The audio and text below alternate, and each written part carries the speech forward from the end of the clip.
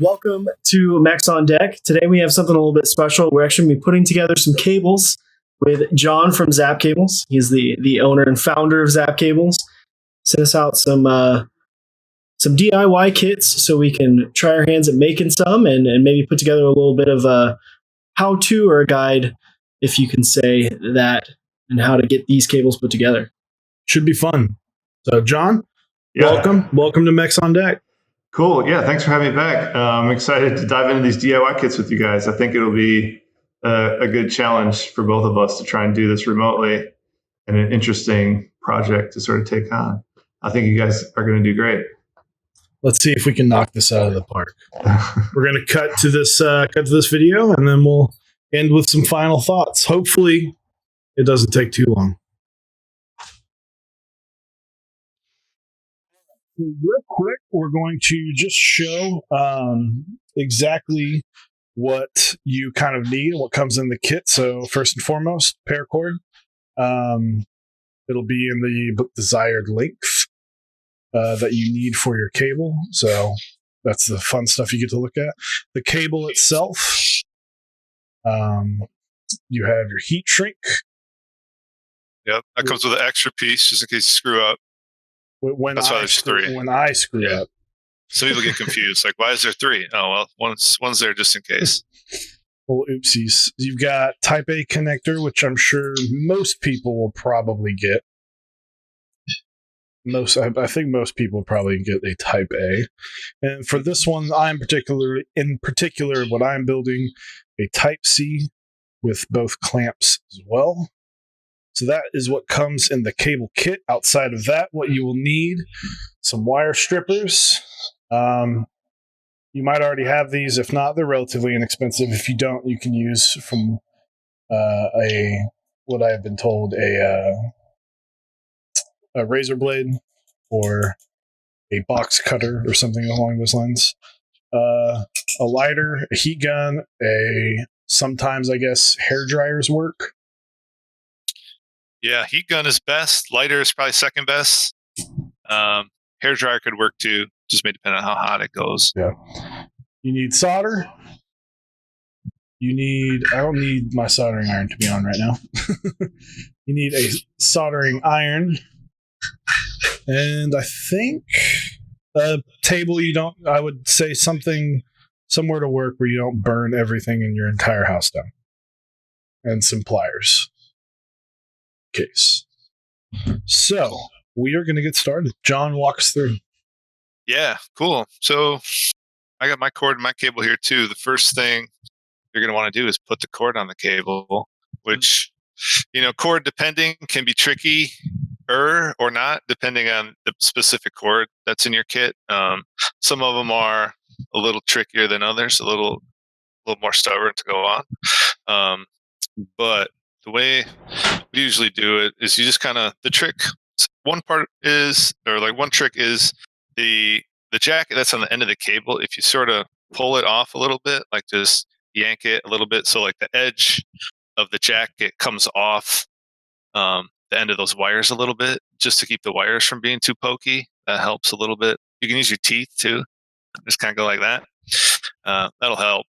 And then I think the thing that trips most people up is a couple of things. A lot of times people will try and force it a little too hard, like they'll really squeeze and really mash it, which will make it a little more difficult. If you just sort of are gentle with it and lightly start to push it on, like it'll start to go.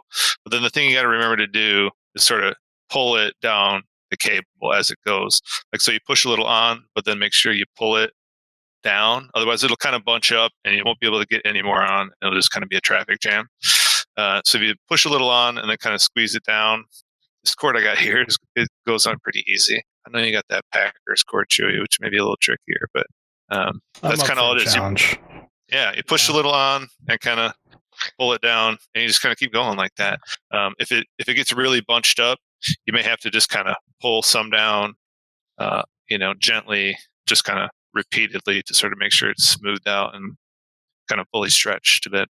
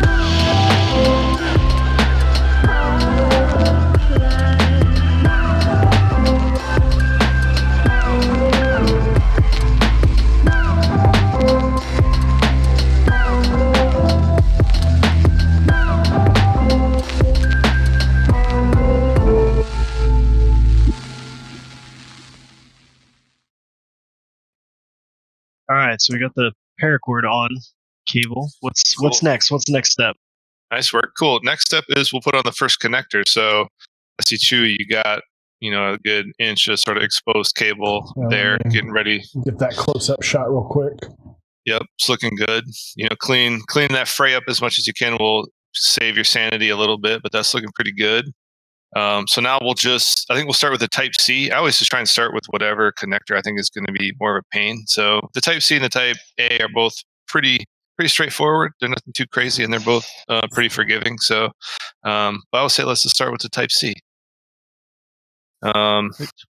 So you got your pieces. That's looking good. So the first thing you'll just need to do is strip off the jacket of that exposed cable. You want to make careful as much as you can not to cut through it too deep and cut through some of the strands of the shielding. You want to try and preserve the shielding as much as you can.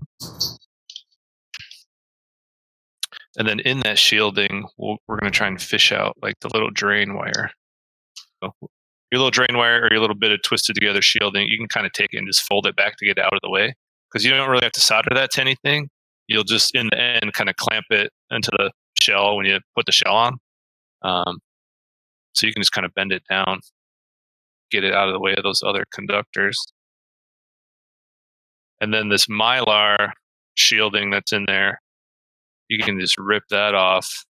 Usually use little tweezers to kind of rip it off. You can cut it off or The rip stuff it that's off. blue on the inside? Yep. That's like a Mylar shield. It's kind of a secondary layer of shielding, and it separates the internal stuff from the shielding layer. But you don't need that. You can just trim that off. So after you get all the shielding sort of trimmed away and you got your little drain wire tucked back,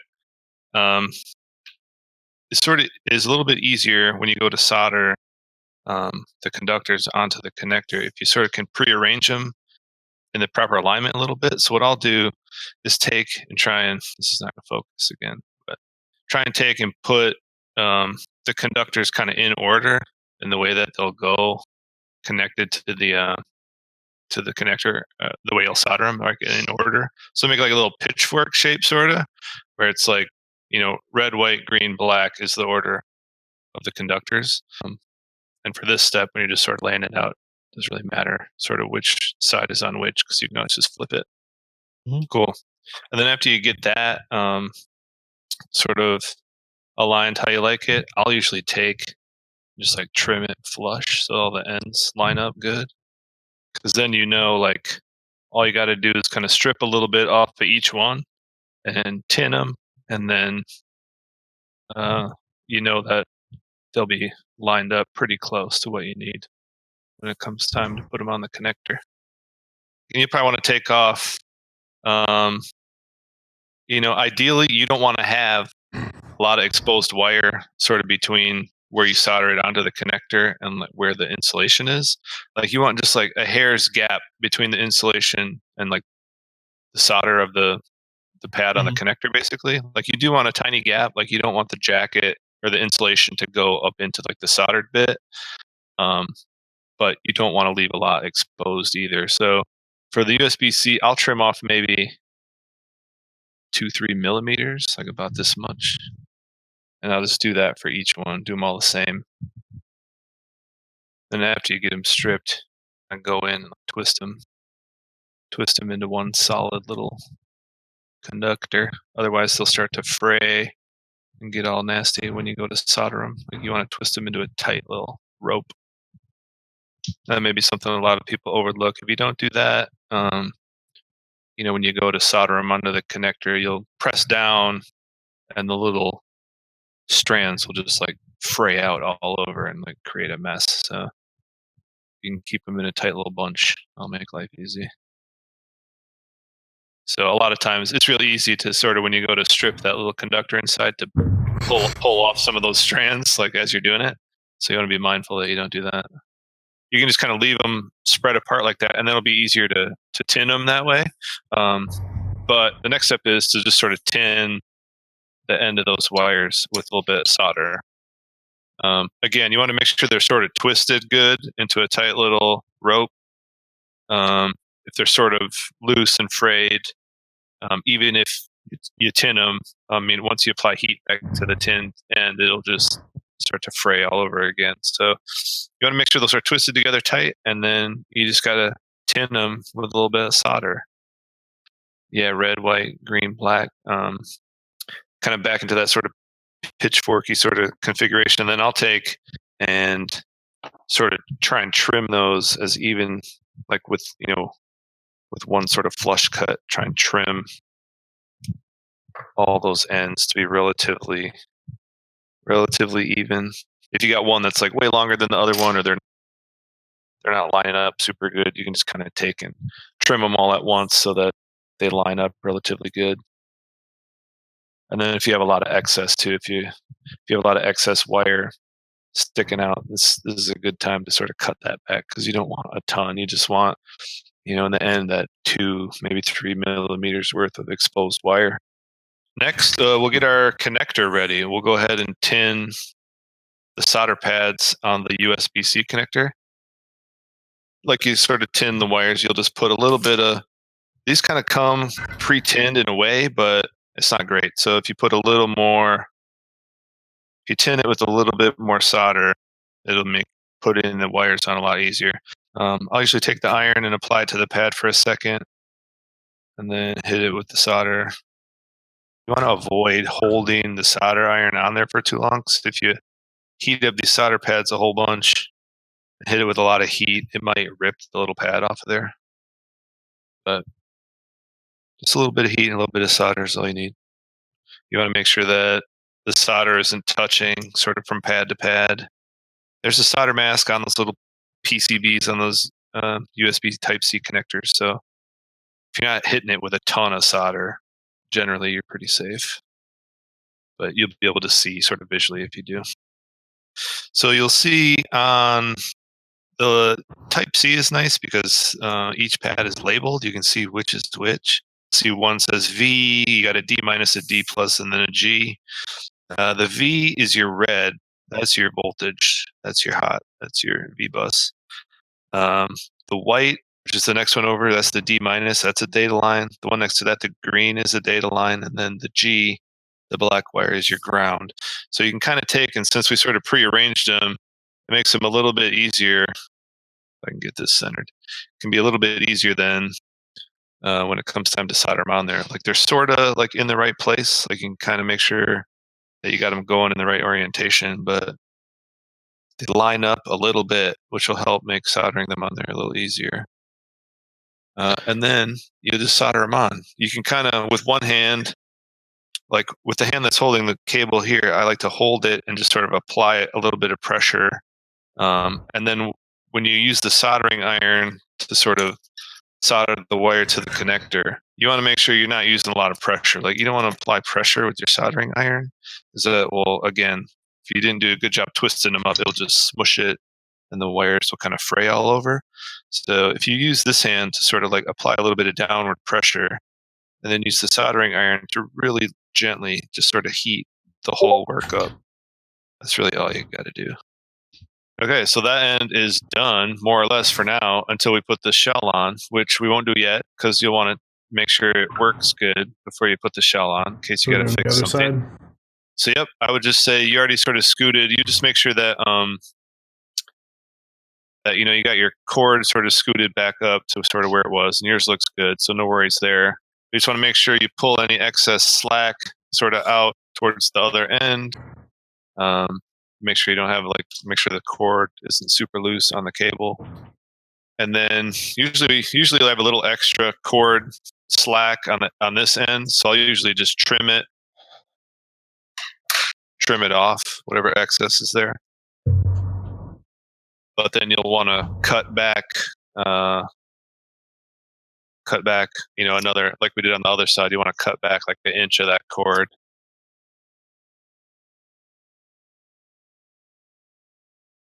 Yeah, and so this side is, more or less the same.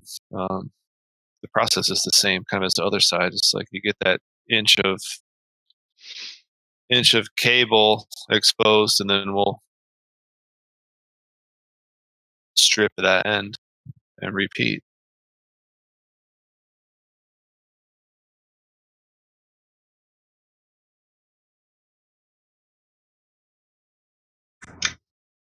And with the wires, obviously, it's the same. When it comes to the connector, the Type A's, it's got those little bit bigger channels, kind of. So like you can flow more solder into there, and there's not a lot of risk of really ruining too much. Like the only thing you could really do to ruin it would be like melt the plastic. But you want to be careful you don't flow too much solder into there so that it's like kind of overflowing and like risks touching its neighbor. You know, these are not labeled, so but the orientation is the same as what the A was as you're looking red, at white, it. green, black. From right to left, then it would go red, white, green, black, just like the other one. So yeah, between the C and the Type A, way the conductors. How far are we going up? Again, like you kind of want to base that maybe on where the end of the insulation is. So you want to get the insulation up close to where that channel starts, but not in the channel. You know what I mean? Like you want a hair's gap.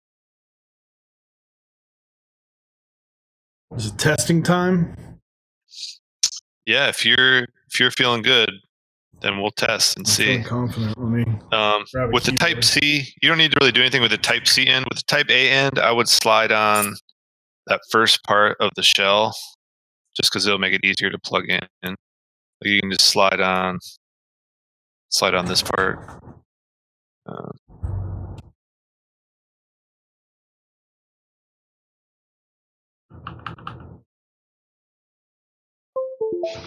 Woo! We got numbers. You got it? Boom. Registered keystrokes. That's a good sign.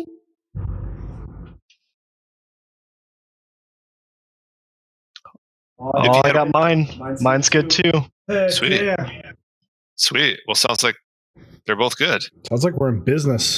So that's sort of like all the practical testing you really need to do. I mean, you could get more down and dirty if you wanted to sort of put a multimeter to it or really check it. But if you had shorts, it wouldn't have worked. If you had stuff in the wrong place, it wouldn't have worked. Pretty much any time someone has issues with a cable not working that they're putting together, it's because either the wires are in the wrong place or there's a short, and usually it's a short. So if that were the case, it wouldn't have worked. So you're in good shape, I think. So now that everything is working, we can put the shells on. You just want to make sure that you capture that little drain wire that's hanging down.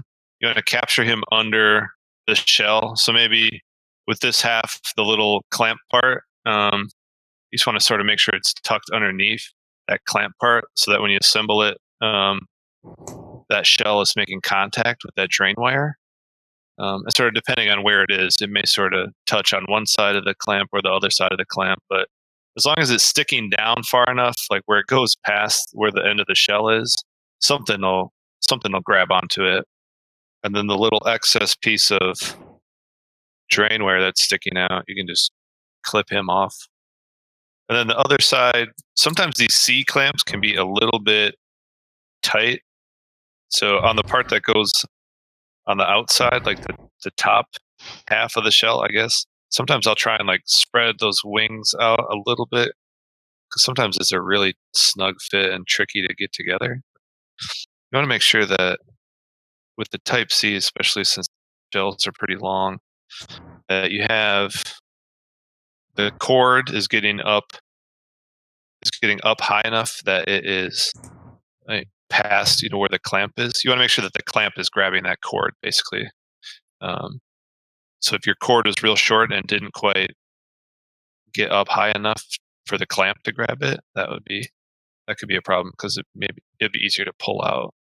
So you want to make sure that that cord is at least up past where the wings of that clamp are. And if it goes up into the shell a little bit, that's fine too, because there's room for that. If you want to be a doubly extra sure, now that you got the shells on, it's probably a good idea to test them again. Yeah. Just to make sure like that something didn't shake loose, or that you don't have a short between your shell and one of the conductors. But sometimes it's always safe to double check before you put your heat shrink on, just in case you have to take the shell off and fix something. But if it's all good, then pretty much you're done. You just got to put your heat shrink on. the Type C side, the heat shrink will go over no problem. The Type A side, you probably have to stretch it out a little bit to get it to fit. I usually just use the needle nose pliers to do that. How high do you go with the shrink wrap on the A side? Sure. So on the A side, you want to make sure you're not covering up the little Dot. the little indent underneath the holes. So if you go just under there, you're good. You just want to make sure you clear that little indent that's underneath the holes. When you apply heat to it, it'll shrink back a little bit. So you could sheet it up even a little bit closer, like maybe about like that.